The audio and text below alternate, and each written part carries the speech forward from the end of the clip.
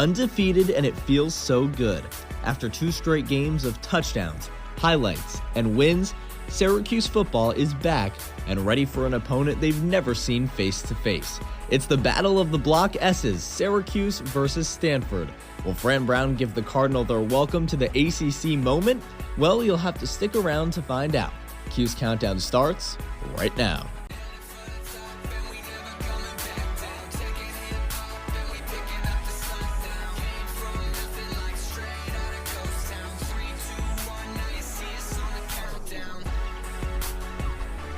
Welcome into our CitrusTV studios for this episode of Cuse Countdown. I'm Avin, here alongside my pals, Gino, Antimarino, and Luke Burgess. I know, I'm so excited to be here. We are pals. We are. We're all very good and friends. I wasn't sure what you were going to say. You were telling us you were going to cue something up before we started here. I don't know. I didn't expect pals, but I feel really at home. You know, it's your first Cuse Countdown show. Had to make them feel welcome. Syracuse football takes on Stanford today in a matchup that we've never seen before. Stanford obviously joining the ACC this offseason. Syracuse coming off a bye week. So first, before we get into this matchup, we got to go take a look back at what Syracuse have done this season so far. So obviously the Orange 2-0 right now, undefeated through the only 2 games they've played. They had a bye week last week. I hope you guys had a good bye week. Nice week off last week. But they beat a ranked Georgia Tech team who was number 23 in the country. And that was a pretty good Georgia Tech team. Goes and beats FSU in Ireland. Gino, what do you remember from that game? Obviously, Fran Brown, first ranked win, first ACC win, but I know it was a couple weeks ago, but what do you remember about that one? Absolutely, Luke. I remember it like it just happened yesterday.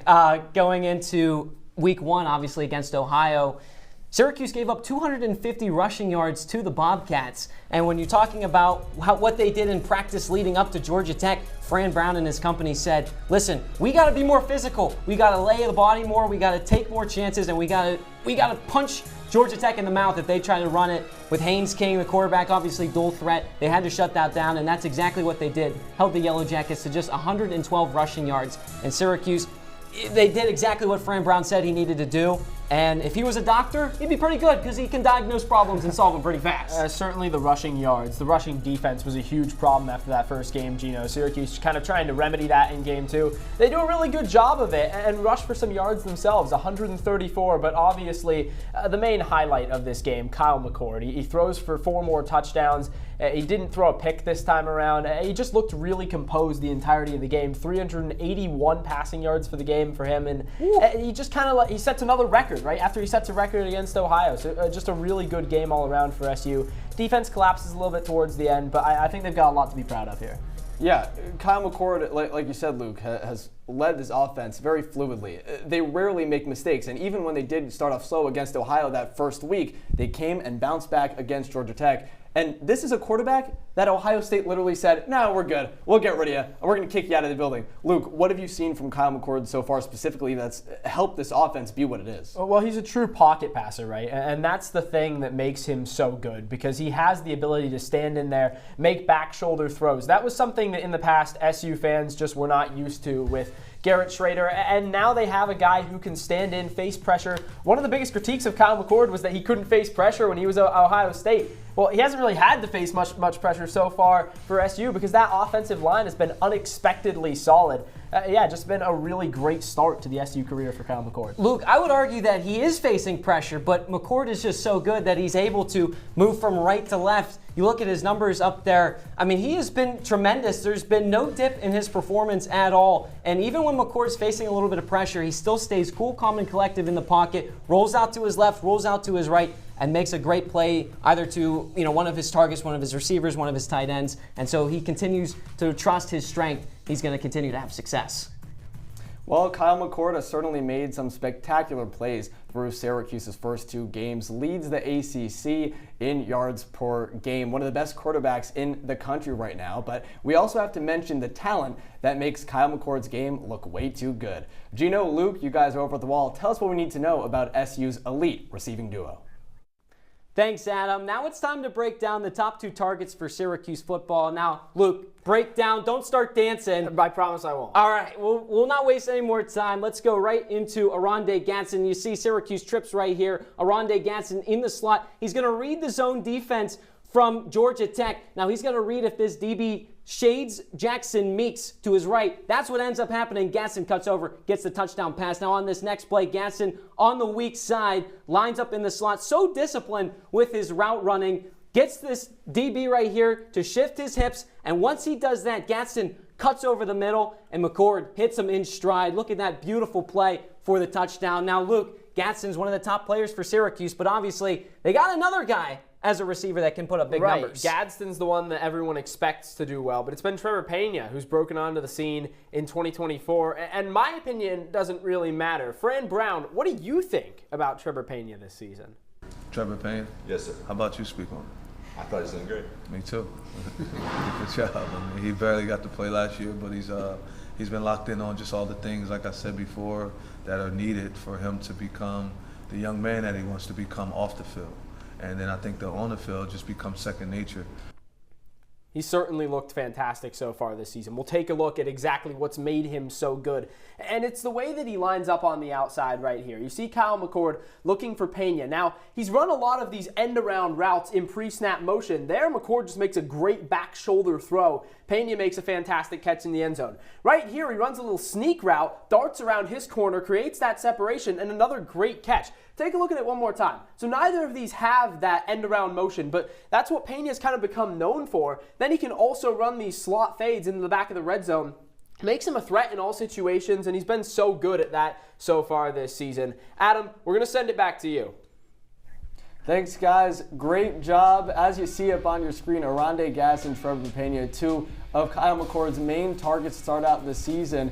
Both of these guys were out all of last year, come back, and have just been elite. You see it combined for 7 of the 8 receiving touchdowns that Syracuse has. Just elite playmaking from those two. I thought you were going to get him to breakdance over there when you said breakdance. I wanted him to. I know, he didn't want to.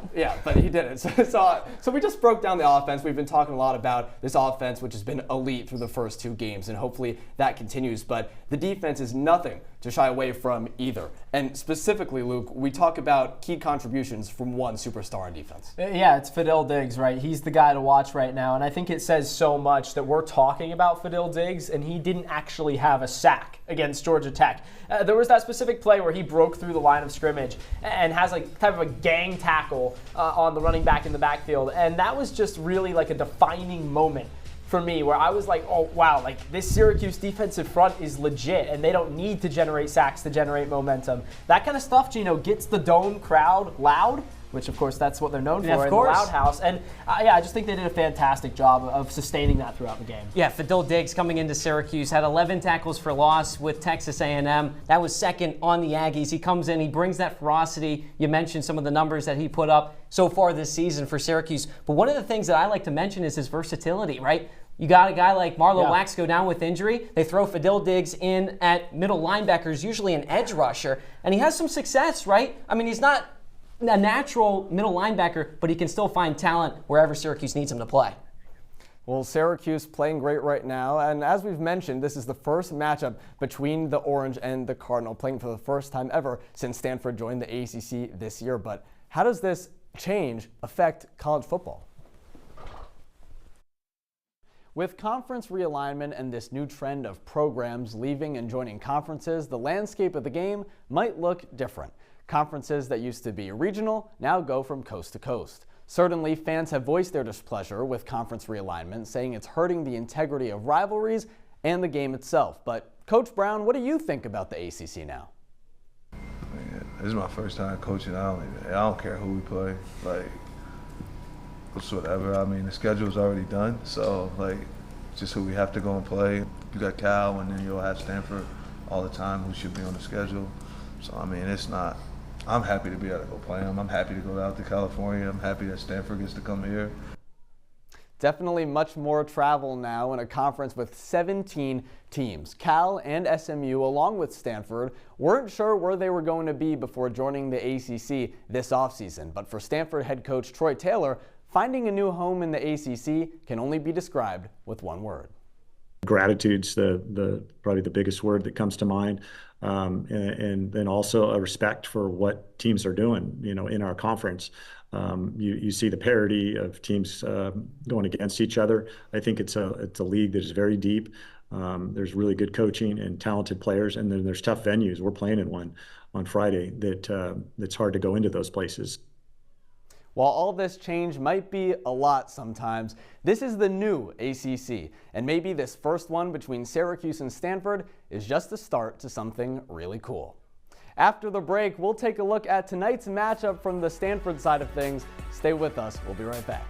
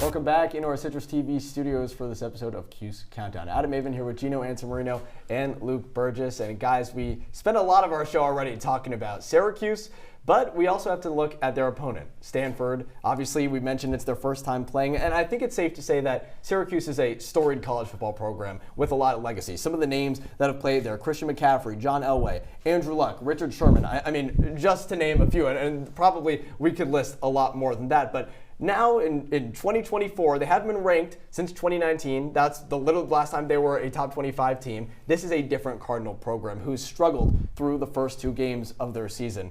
Gino, what have you seen from Stanford so far this year? Yeah, I mean, so far Stanford has been okay, Luke. I mean, there's nothing that really stands out to me. They lost to an okay TCU team, but the thing about Stanford that scares me is that they're not really a threat to Syracuse, right? We saw in first week against Ohio, Bobcats aren't that great of a team, but it was close down to the wire against Stanford. So Syracuse just needs to go treat Stanford like they're a ranked team and come out with the win. And I think most importantly, if they can come out big time within the first half, pull some of their starters, let some of their rotation players go in, that's going to be big. You were talking about the thing about Stanford. The thing about Stanford is that they're boring.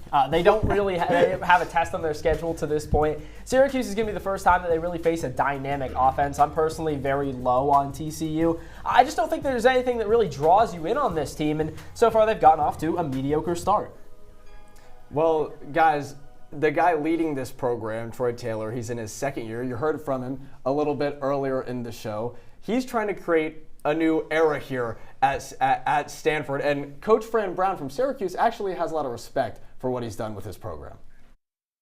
You can see that he's putting his footprint on the program and just all the stuff that he's done in the past at Sacramento, and then just seeing them grow from last year, watching a lot of the games last year and seeing how close they were to so many games and what they do. And he has a team that I think will fight, and it's the first thing that goes back to just them being down against Colorado last year and just being able to fight back. It shows you the toughness and just who he is as a football coach and who they're going to be as a program. Luke, I love the sportsmanship there from Coach Brown, but I think it's fair to say, and you see it up on the screen, he had his biggest win against Colorado last year, but I think it's fair to say that Taylor hasn't achieved what he'd like to this far in his head coaching tenure. Yeah, he was an offensive coordinator at Utah before he went to Sacramento State. Very successful there, 30-8 in his few years. And then, since he's taken over Stanford, once again, he's just been kind of mediocre. This is a really big second year for the guy. I think Troy Taylor, he knows how much the Stanford program needs to change. He even said when he came into 2022 that he needed to make a big change for the Stanford team because they didn't even discuss NIL. So the fact that they had to all of a sudden start bringing guys in, it's really important for him to just start changing the culture. Yeah, well, like we mentioned, he's still trying to change the offensive identity, particularly at Stanford, because they have a hard time putting up points against an average team like TCU. When his team at Sacramento State, I know they played against lesser competition, but they averaged nearly 500 yards a game. But, Gino, we haven't seen that yet with this Stanford team. So what do they have to do to put up some points on the board against Syracuse? Right. I mean, I mentioned the change factor. Stanford's got to make sure that everything's taken care of, right? Not just what's on the field, but what's happening behind the scenes with NIL, with transfers, not to mention a new head coach, a new conference. There's so many different changing things with this offense. Obviously, it's a pro-style offense, but they got some good players on their offense as well. You look at their running backs, Chris Davis Jr., Cedric Irvin, and Justin Lamson, all players that can get the job done against a good Syracuse defense. Yeah, Alec Iomanner, a wide receiver who has some good speed as well, that is a little bit interesting, but this team just doesn't really have a lot of guys who stand out, right? They have a lot of boring and a lot of bland. I don't mean to keep calling the Stanford team boring, but when you look at the stat sheet, right, you scroll through, there's just not anyone who jumps off at you, and that's an issue if you're trying to have an exciting offense. You need those star players. Offense is what garners attention. They don't have the attention on the offense right now. Well, it is interesting as well because at Sacramento State, his team's averaged nearly over 240 rushing yards on the ground. That is not something that the Stanford team is doing. But on that running back full screen earlier, you saw Justin Lamson, a former Syracuse quarterback who has 2 rushing touchdowns this year for Stanford. Actually gotten a little bit last year. It was a mix between him and Ashton Daniels, who looks like he's officially Taylor's guy going forward, Luke. Yeah, Ashton Daniels is obviously the QB1. They have played around a little bit, Adam, with using multiple QBs under center this year. But yeah, Daniels is the main guy. And the main threat that he poses is that he can use his legs really well. He's definitely got that dual threat mentality. Fran Brown described him as a good athlete. He's not a great deep ball passer. He struggled a little bit. If you look at some of the throws, the one we just showed before this one, that ball's just a little loopy going downfield. That's only about a 45-yard throw. So Syracuse has good DBs with Deuce Chestnut. You're going to get Greg Delane coming back this week as well. So I think that he's going to have to watch out. Yeah, Daniel is obviously a dual-threat quarterback, 12th in rushing yards per game in the ACC with 59 yards a game. Also, he can throw the ball as well, 62% completion rate, 192 passing yards per game. This is a guy that can torch Syracuse if they're not careful. They got to treat him like they did with Haynes King for Georgia Tech. Make sure that if he gets some open space, he doesn't take advantage. 118 rushing yards for Daniels in just 2 games, nearly more than half of what he had all last season long. So pretty impressive from the quarterback there. But just like we did with Syracuse, we talked about their offense and ended with their defense. Gino, Stanford's defense is going to have some trouble going up and trying to pressure Kyle McCord because no one has had a lot of success doing that, especially a Georgia Tech team that looked like they were all over FSU. So what does Stanford's defense got to do today? Well, Kyle McCord's only been sacked twice this season so far. So if Stanford wants to have some success, they got to take away McCord's targets, right? Make sure that he's being active because there's a little bit of a question mark. Can McCord be that mobile quarterback that Fran Brown wants him to be? And so if they get him running in space, maybe that they can try and stick a DB and rush him and bring him down to the ground. Well, if you tuned into our webisode, you saw my score predictions. I have Syracuse winning by a lot to a little. And one of the reasons why is because they can't put pressure on Kyle McCord. Their 2 sacks so far this season come from a DB and an inside linebacker. That's not going to cut it right now because they need guys who can pressure the quarterback from the edges, from the interior. They're not going to have anyone to disrupt this Syracuse offensive line. And I just think that's one of the reasons why this offense is not going to be on the field. That's what's going to make the defense crumble. They're going to be tired. All right, well, we know Luke thinks that Stanford is boring, but I can promise you what we have coming up won't be boring at all. Gino and Luke are going to be looking way into the future and trying to predict what this Syracuse football program has going on way down the line. Stay with us. You don't want to miss it.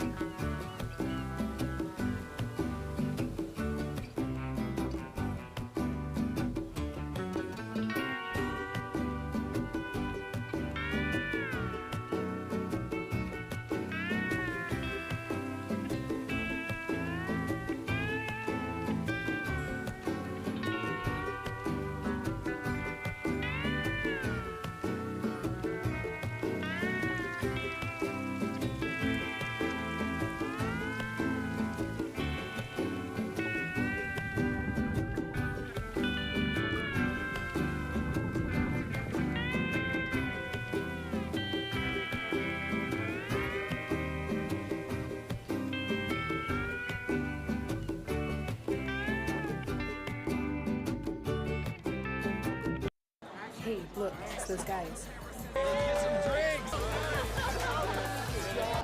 Are you good to drive? I'm fine. How many did you have? I should be fine. You should be. Go and step out of the vehicle for me. See ya, buddy. Good luck. So turns out, buzz driving and drunk driving, they're the same thing, and it costs around $10,000. So not worth it.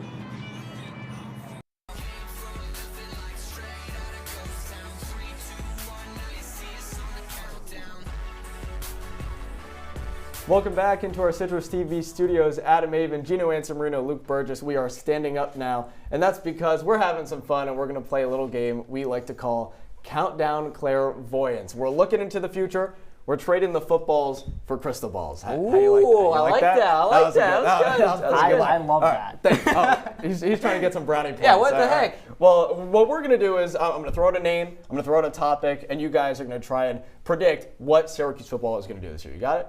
Absolutely. All right. So, of course, we have to start. We've been talking offense all show, which means we have to start with the guy himself. Kyle McCord, the quarterback of this offense, stellar through 2 games. Gino, what do you expect for him to do through the rest of the season? Yeah, stellar through 2 games, Luke, but I just don't see him staying at that level the entirety of the season. 300 passing yards per game, 8 touchdowns through 2 games, 69% completion rate. I mean, you look at his numbers, I just don't see him putting up those numbers through the entirety of this season. So I think he's going to come back down to earth. Now, I still think he's going to be a top 3 quarterback in the ACC.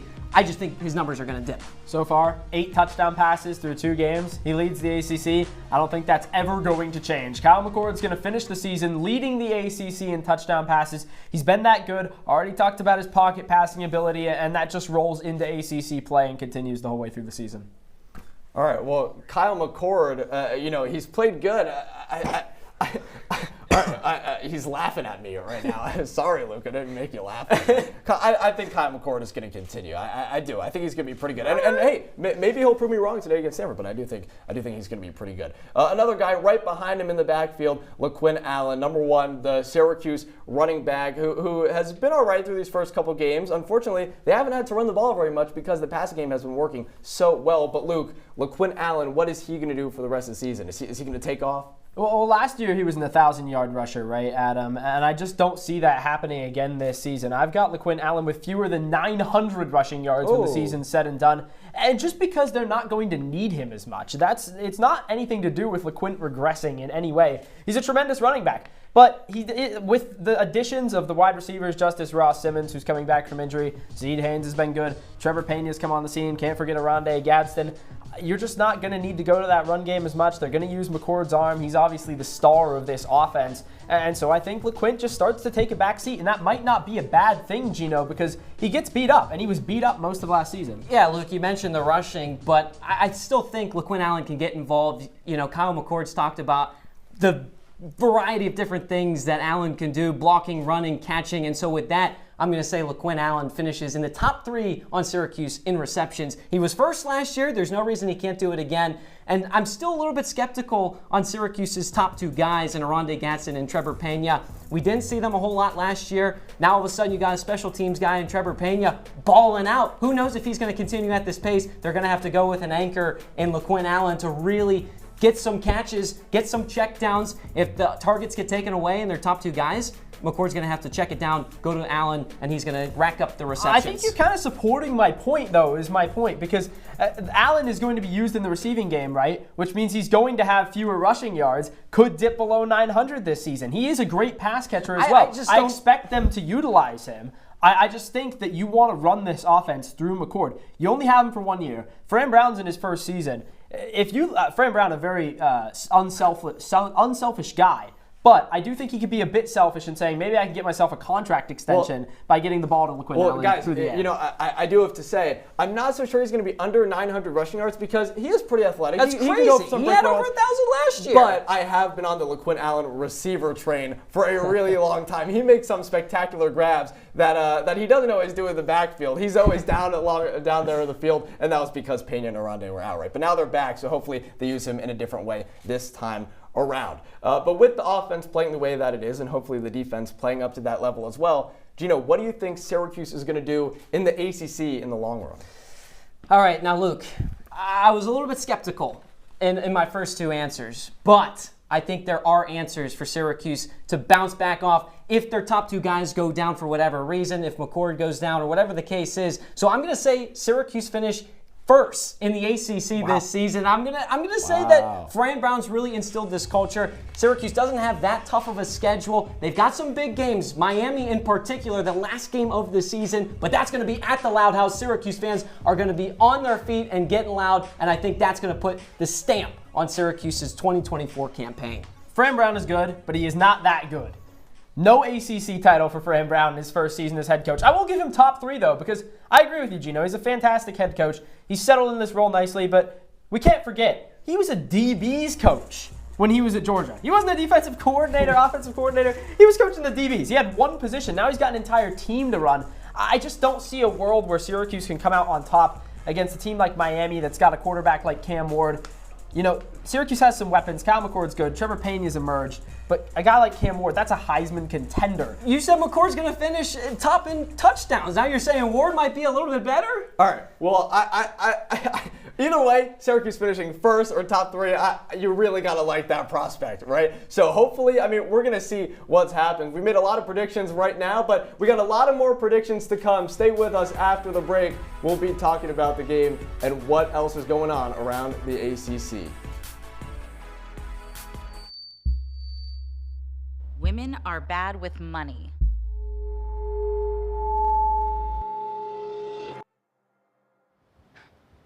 It's what the world's been saying for centuries. But now, We've got something to say. Save it. Save the old-fashioned advice, the empty excuses. It's all worthless, unlike us. To our fellow females, it is time to save ourselves by saving our money. Contributing to our futures.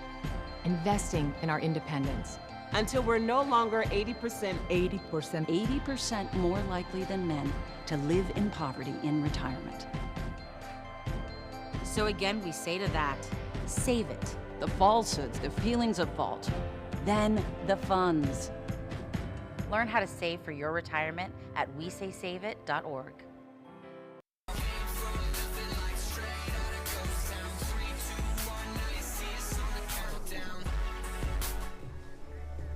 Welcome back. Thanks for staying so long with us. Avin, Gino, Antimarino, Luke Burgess here on Cuse Countdown. Guys, the ACC has been a frenzy, which is interesting because it feels like no one has played each other. So let's take a look at what's been happening around the ACC so far this season. Hey, look who's on top. It's the Orange. FSU all the way out. Yeah, because they lost to Georgia Tech week 0. Guys, what do you think about the ACC so far this season? Well, look.